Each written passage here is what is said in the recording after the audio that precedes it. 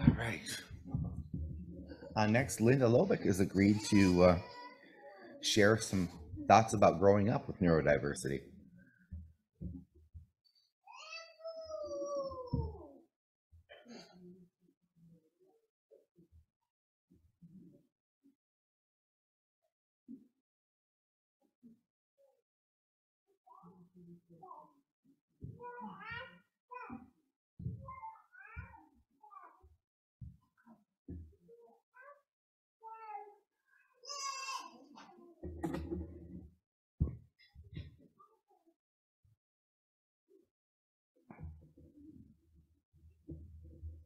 I have both visible and invisible disabilities. You know, my visible disability, it's a progressive disease of aging, but I also have invisible ones. I am neurodivergent, and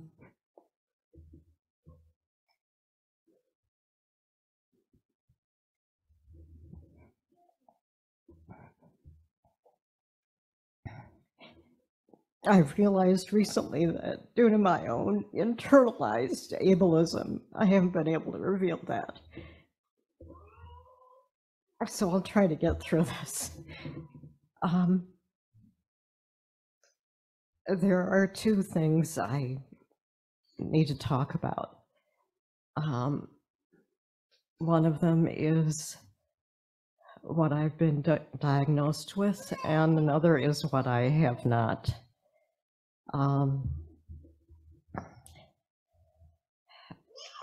When I was 4, I learned to read. Because of that, my parents had me take an IQ test. From the results of that test, my parents expected me to do well in school. And, thanks, Lisa. I did, except for one subject, math.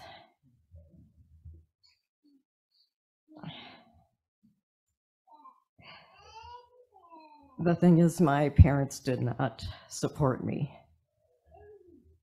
Instead, when I brought home a report card, it was always, "We're concerned about this C," if everything else on my report card was an A.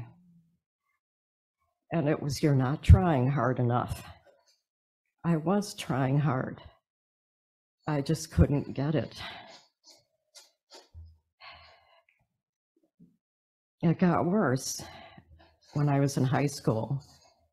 Algebra and geometry were both D's. And my problems might have ended there, except that I fell in love with botany. And to do botany or biology, that required taking chemistry. Chemistry has algebra. It's a lot of calculations. The science made sense. I could do the labs because there was an example in front of me of a calculation. It would say calculate the molarity of, and I could do it because if the experiment in the lab was done correctly, it was just a matter of plugging in the numbers. But when it came to a test, asked the same question, I couldn't figure out how to do it. I couldn't remember. So only due to being able to do the labs, I got a D instead of failing chemistry.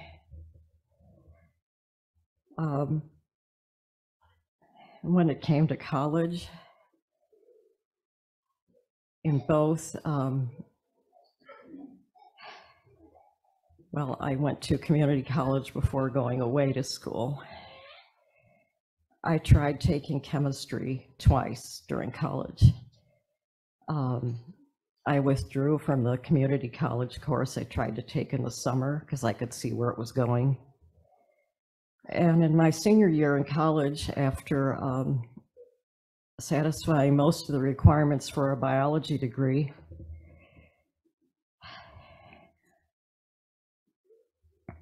I was taking Chem 101 that fall, and I wound up with a D.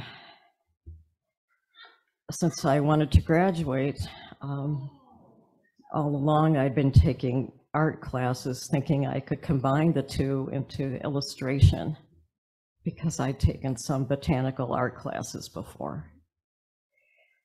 Well, I wound up changing my degree to art and getting a degree in art, which didn't stand me well when I tried for a career in botany. And I couldn't go very far without a master's degree. So I tried for that too, one semester with a deficiency that was chemistry that I was supposed to satisfy before going on with the program. And once again, I ran into algebra and couldn't do it. So I withdrew from the program. My advisor was really mad at me. He said, "What are you doing leaving college to get married? I mean, leaving the program to get married." Well, getting married was incidental. I was too embarrassed to tell him the real reason that I couldn't do the algebra, so I couldn't pass chemistry. I thought he knew. Anyway, I wasn't diagnosed with a math learning disability, dyscalculia, until I was 51. And as for the other diagnosis, the one I haven't been diagnosed with, I've been struggling with that for most of my life too.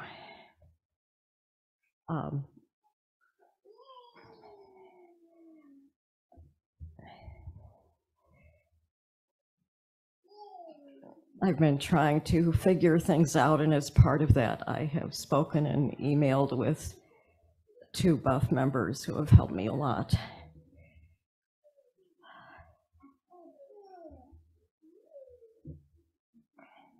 I believe that I have ADD, and I will say it that way because I never had the hyperactive part,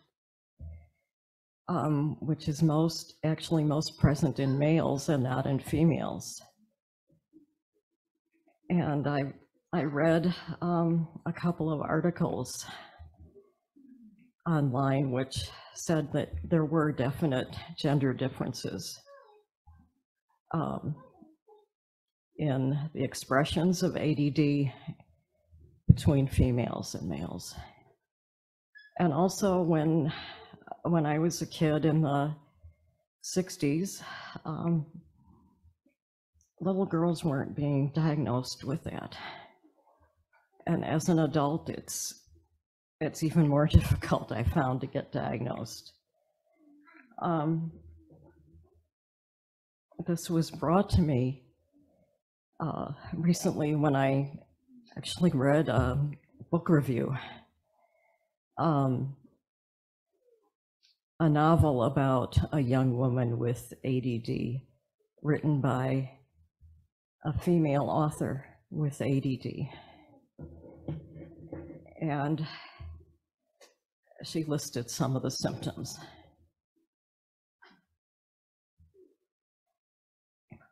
And I'm paraphrasing. In some places I'm paraphrasing, in some places I'm quoting. "Why do my thoughts do loop-the-loops when I'm supposed to be focusing? Why does my mind deep dive into special interests? Why does my mind make me avoid certain tasks?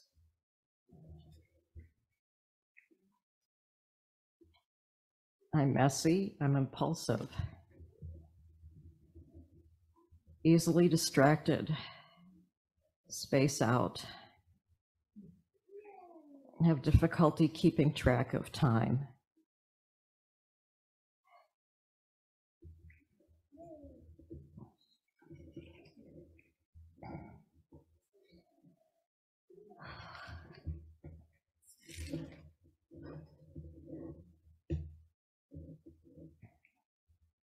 I found an article in The Atlantic that was written 9 years ago by a woman who was recently out of college and was only diagnosed with ADD when she was in college.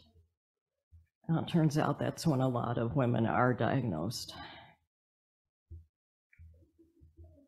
And looking at things in this article, I recognize myself in them too. Disorganized, scattered, introverted, forgetful. I don't usually forget things that have happened, but I forget what I'm supposed to do. If I keep a list, I forget to look at it. It's a constant struggle.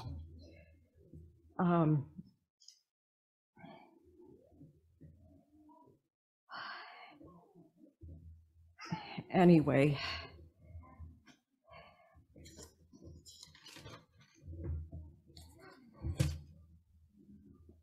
it's been very difficult in my life to deal with social situations and personal relationships. That's like what Tina was speaking about when she said that if you're neurotypical, you just understand those things, whereas for me, it's very hard to put together.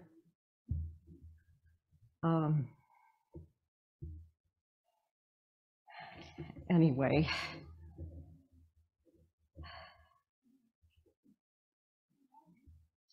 there's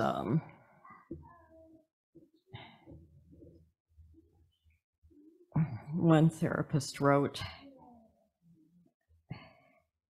that for a long time, girls with ADD see their trouble prioritizing, organizing, coordinating, and paying attention as character flaws. No one told them it's neurobiological. And when women aren't diagnosed, it turns out that they have been anxious or depressed for years. I struggled with depression in my early life, and I deal with anxiety now every single day. So even though I've been told at times I don't need to be diagnosed, I don't have the coping skills that I would get with a diagnosis. And so I'm still looking for that diagnosis.